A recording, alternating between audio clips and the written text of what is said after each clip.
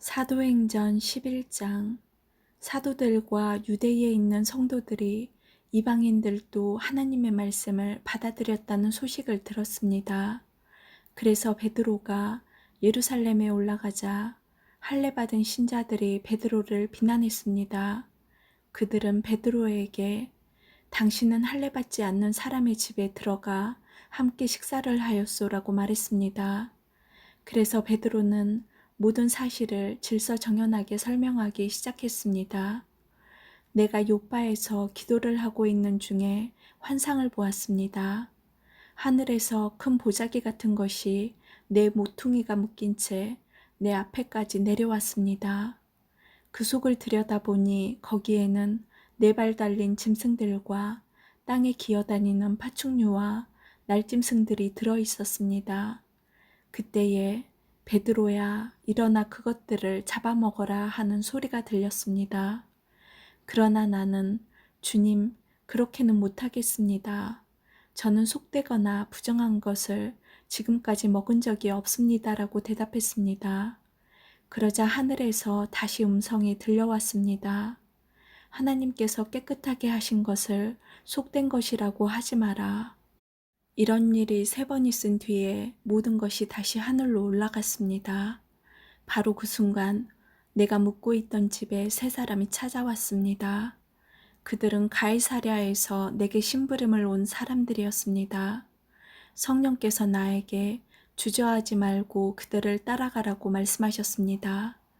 여기에 있는 형제 6사람도 나와 함께 고넬료의 집으로 갔습니다. 고넬료는 우리에게 천사를 본 이야기를 해주었습니다. 천사가 그에게 와서 서더니 사람을 요바로 보내어 베드로라고 하는 시몬을 데려오너라.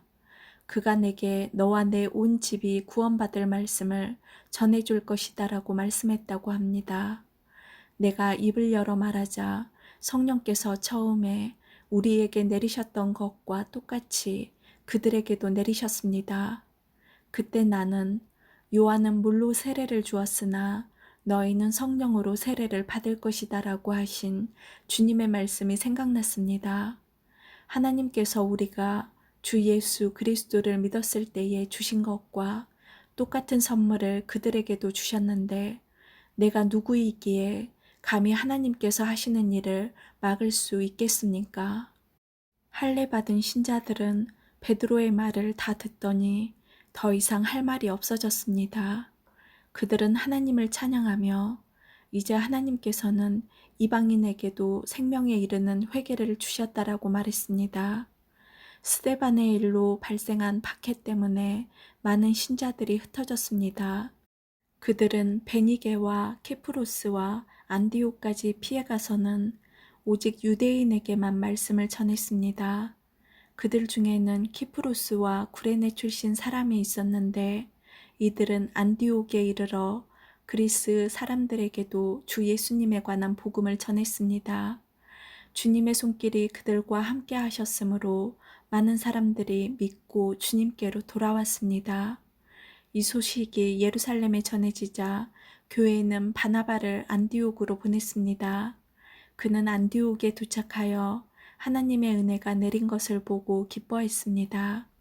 그리고 모든 사람들에게 마음을 굳게 하여 주님을 의지하십시오라고 격려했습니다.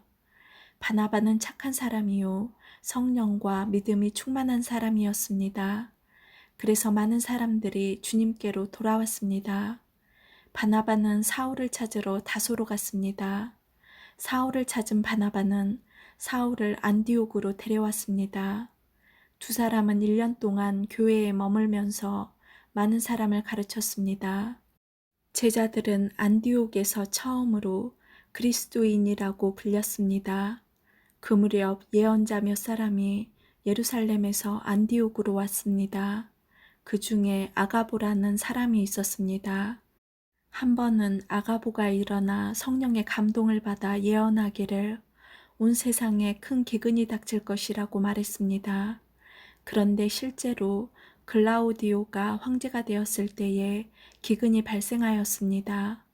제자들은 자기 형편대로 헌금하여 유대에 사는 형제들을 돕기로 결정하였습니다. 그들은 돈을 모아서 바나바와 사울 편에 예루살렘에 있는 교회의 장로들에게 보냈습니다. 12장. 이 무렵 헤롯 아그리빠 왕은 교회에 속한 몇 사람을 박해하려는 계획을 가지고 그들을 사로잡았습니다. 그는 요한의 형제 야고보를 칼로 죽였습니다. 헤롯은 유대인들이 이 일로 기뻐하는 것을 보고 베드로마저 잡으려 했습니다. 그때는 무교절 기간이었습니다. 헤롯은 베드로를 붙잡아 감옥에 넣고 군인 4명씩 네 패에게 맡겨 지키게 했습니다. 6월절이 지나면 베드로를 끌어내어 사람들 앞에서 재판할 작정이었습니다. 그래서 베드로는 감옥에 갇혔고 교회는 베드로를 위해 하나님께 열심히 기도했습니다. 헤롯이 베드로를 끌어내려던 전날 밤이었습니다. 베드로는 두 군인 사이에서 사슬에 묶인 채 잠들어 있었고 문 앞에는 경비병이 문을 지키고 있었습니다. 갑자기 주님의 천사가 나타나고 환한 빛이 감옥을 비추었습니다. 천사가 베드로의 옆구리를 쳐서 깨우며 어서 일어나라고 말했습니다. 그 순간 베드로의 손목에 매여 있던 사슬이 풀렸습니다. 천사가 베드로에게 허리끈을 메고 신을 신어라 라고 말하여 베드로는 천사가 시키는 대로 했습니다. 천사는 다시 겉옷을 입고 나를 따라오너라 라고 말했습니다. 베드로는 천사를 따라 밖으로 나가면서도 천사가 하는 일이 꿈인지 생시인지를 알지 못했습니다. 베드로는 자기가 환상을 보고 있다고 생각했습니다. 천사와 베드로가 첫 번째 경비병과 두 번째 경비병을 지나 성으로 통하는 철문에 이르자 철문이 저절로 열렸습니다. 그들이 문을 나와 거리를 한 구역 걸었을 때에 갑자기 천사는 베드로를 떠나 어디론가 사라져버렸습니다. 그제서야 비로소 베드로는 정신이 들어 혼잣말로 중얼거렸습니다. 이제야 나는 이 모든 것이 실제라는 것을 알겠다. 주님께서 천사를 보내어 나를 헤롯의 손에서 그리고 유대인들의 모든 계략에서 구하셨다. 이런 사실을 깨닫고서 베드로는 마가라고도 하는 요한의 어머니 마리아의 집으로 갔습니다. 그곳에는 많은 사람이 모여서 기도하고 있었습니다. 베드로가 바깥문을 두드리자 로데라는 여종이 문을 열어주러 나왔습니다. 여종은 베드로의 목소리를 알아듣고 너무나 기뻐서 문을 열어주는 것도 잊은 채 안으로 달려가 사람들에게 베드로가 문 밖에 와 있다고 알렸습니다. 그러자 사람들은 여종에게 내가 미쳤구나 하고 말했습니다. 그러나 여종이 계속해서 참말이라고 우기자 사람들은 그렇다면 베드로의 천사인가 보다라고 말했습니다. 이런 중에도 베드로는 계속 문을 두드리고 있었습니다. 문을 연 사람은 베드로를 보고 깜짝 놀랐습니다. 베드로가 그들에게 조용히 하라고 손짓을 한 뒤에 주님께서 자기를 감옥 밖으로 인도해 내신 일을 설명해 주었습니다. 그리고 이 일을 야고보와 다른 형제들에게도 알리시오라고 말하고 다른 곳으로 떠났습니다. 다음 날 아침 군인들 사이에서는 베드로가 없어진 일로 한바탕 큰 소동이 일어났습니다.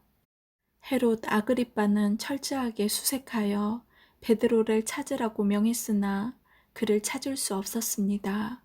그래서 그는 경비병들을 신문한 뒤에 대신 그들을 처형하라고 명령하였습니다. 그런 후에 헤롯은 유대를 떠나 가이사랴로 가서 얼마 동안을 지냈습니다. 한편 두로와 시돈 사람들은 헤롯에게 몹시 노여움을 사고 있었습니다. 그래서 그들은 무리를 지어 헤롯에게 갔습니다. 그들은 왕의 내실 시종인 블라스도를 회유하여 그의 도움을 받아 헤롯에게 화해를 요청했습니다.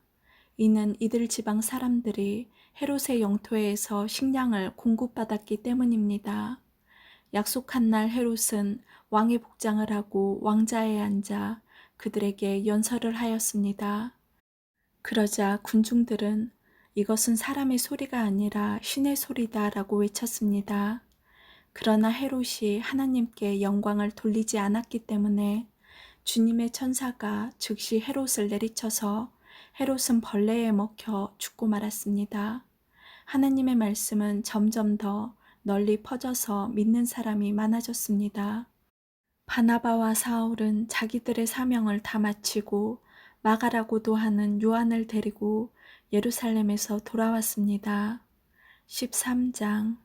안디옥 교회에는 예언자와 교사들이 있었습니다. 그들은 바나바와 니게르라 하는 시므온과 구레네 사람 루기오와 분봉왕 헤롯 안티파스와 함께 자라난 마나엔과 사울입니다. 그들이 주님께 예배드리며 금식하고 있을 때에 성령께서 그들에게 말씀하셨습니다. 바나바와 사울을 따로 세워 내가 그들에게 맡긴 일을 하게 하여라. 그래서 그들은 금식과 기도를 마친 뒤에 바나바와 사울에게 손을 얹고 그들을 떠나보냈습니다. 바나바와 사울은 성령의 보내심을 받아 실루기아로 내려갔습니다. 그곳에서 그들은 배를 타고 키프로스로 건너갔습니다. 그들은 살라미에 이르러 유대 사람들의 회당에서 하나님의 말씀을 전했습니다. 마가 요한도 그들을 돕기 위해 함께 갔습니다. 그들이 그 섬을 다 돌고 바보에 도착했습니다. 거기서 바 예수라고 하는 유대인 마술사를 만났는데 그는 거짓 예언자였습니다. 바 예수는 총독 서기오 바울 곁에 늘 붙어 있었습니다.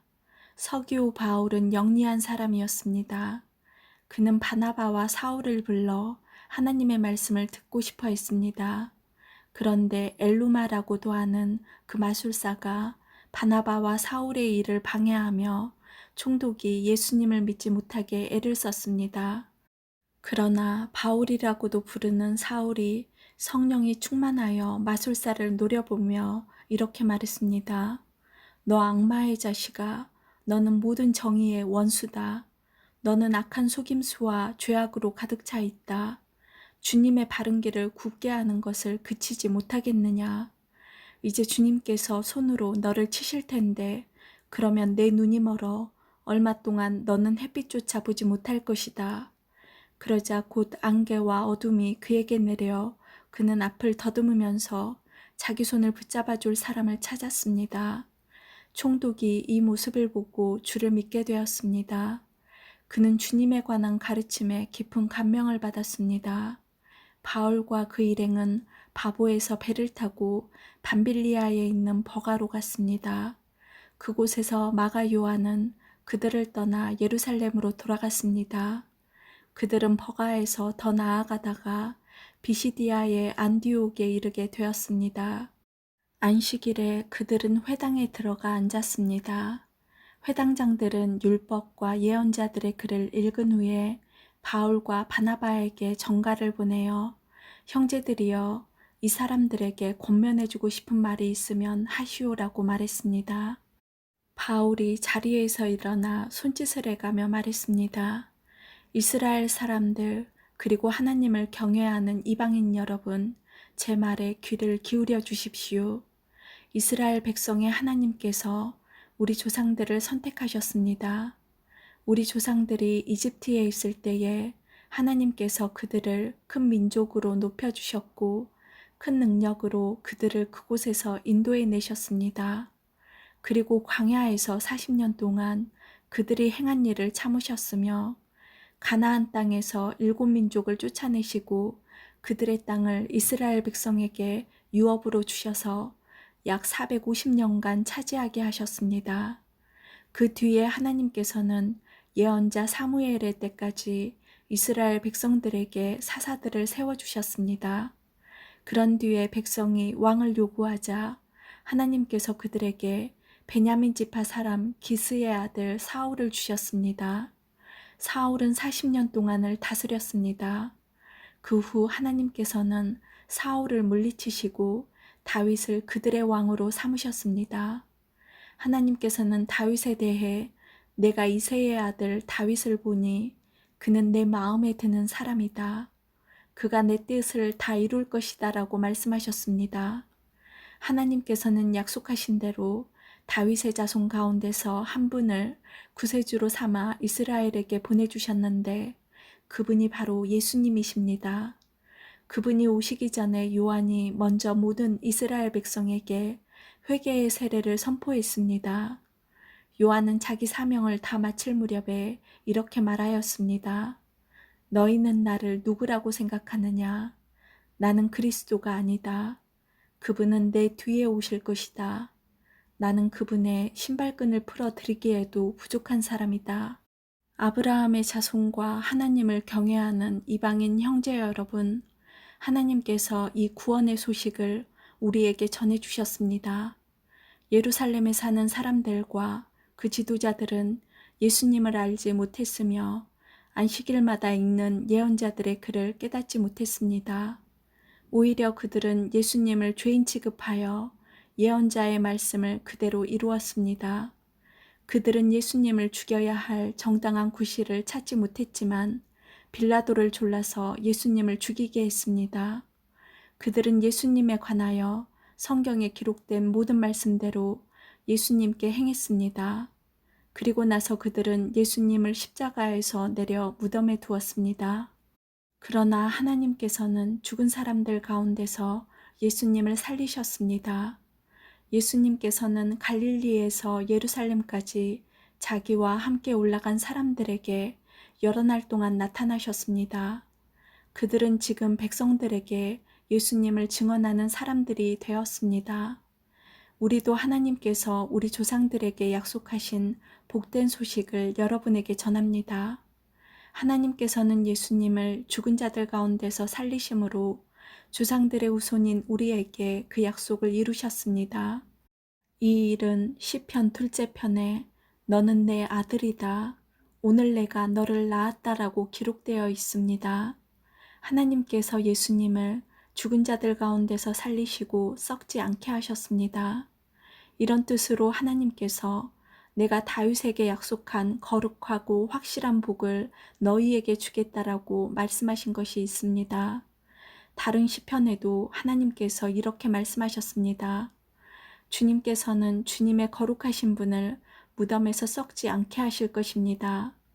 다윗은 평생 하나님의 뜻대로 살다가 죽어서는 조상 곁에 묻혔고 그의 몸은 썩고 말았습니다.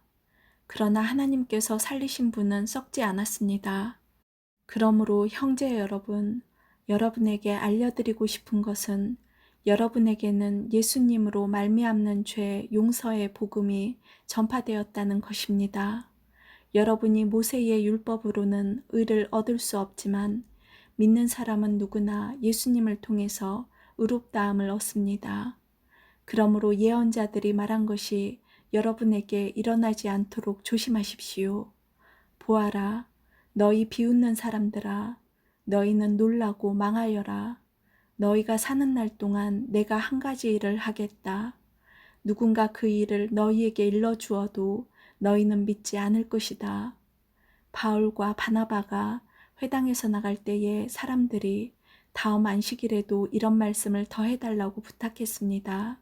모임이 끝난 뒤에 많은 유대인과 유대교로 개종한 사람들이 바울과 바나바를 따랐습니다. 바울과 바나바는 그들과 이야기를 나누며 항상 하나님의 은혜 가운데 있으라고 권했습니다. 그 다음 안식일에는 그 도시에 사는 사람이 거의 다 주님의 말씀을 들으려고 몰려들었습니다. 그 무리를 보자 유대인들은 시기심에 불타 바울이 말한 것을 반대하면서 욕을 해댔습니다. 그러나 바울과 바나바는 매우 용기 있게 말했습니다. 우리는 하나님의 말씀을 여러분에게 먼저 전해야만 했습니다.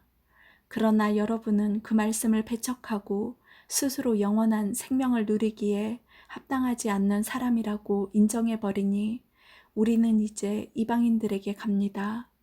주님께서 이와 같이 우리에게 명령하셨기 때문입니다. 내가 너를 이방의 빛으로 삼았으니 이는 너를 땅끝까지 이르러 구원이 되게 하기 위해서이다. 이방인들은 바울의 말을 듣고 기뻐하며 주님의 말씀을 찬양했습니다. 그리고 영원한 생명을 얻기로 선택된 사람들은 모두 예수님을 믿었습니다. 그래서 주님의 말씀은 온 지방에 두루 퍼졌습니다. 그러나 유대인들은 경건한 귀부인들과 그 도시의 지도자들을 부추겨서 바울과 바나바를 핍박하게 했고 마침내 자기들이 살고 있는 지방에서 그들을 쫓아냈습니다. 바울과 바나바는 그들에게 자기들의 발에 있는 먼지를 떨어버리고 이고니온으로 갔습니다. 제자들은 계속 기쁨과 성령으로 충만하였습니다. 아멘.